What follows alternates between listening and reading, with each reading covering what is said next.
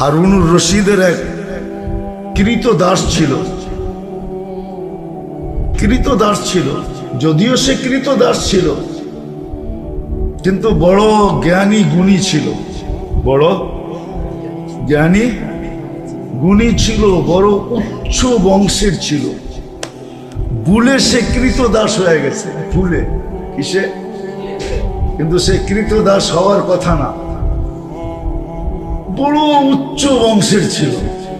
কেউ জানতো না যে এত উচ্চ বংশের, কিন্তু কার্যকলাপ বুঝাইতো যে পিছে মনে হয় কোনো উচ্চতা আছে, না হইলে এই লোকটার কার্যকলাপ এত উচ্চ হইতে পারে না। হারুনুর রশিদ বড় ভালোবাসতেন, কিন্তু পরিষদের ভালো লাগতো না।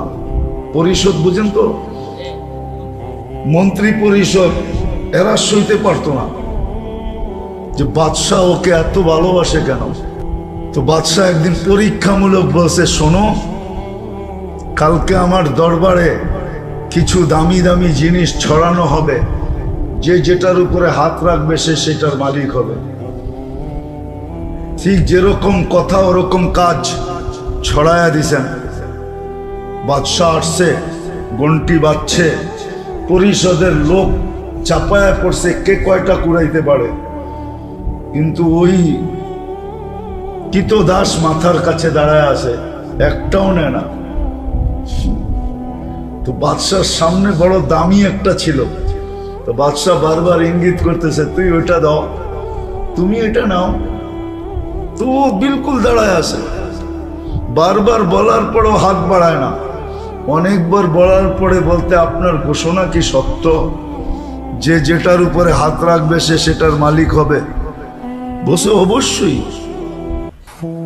এতে কোনো সন্দেহ নাই। বলছে, তাহলে হীরার উপরে হাত রাখলাম না, আপনার উপরেই রাখলাম। বলছে, আমার উপরে মানি? শুধু হীরা তো না, এই বাদশাহীর মালিক আপনি।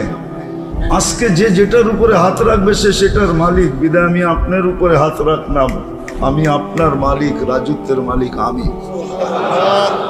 মন্ত্রী পরিষদ সব দরবারিরা হাক্কা বাক্কা খায়া গেছে, কার সাথে হিংসা করি, আসলে তো ঠিকই বুদ্ধিমান তো এইটাই, আমরা তো সব বুদ্ধিহীন।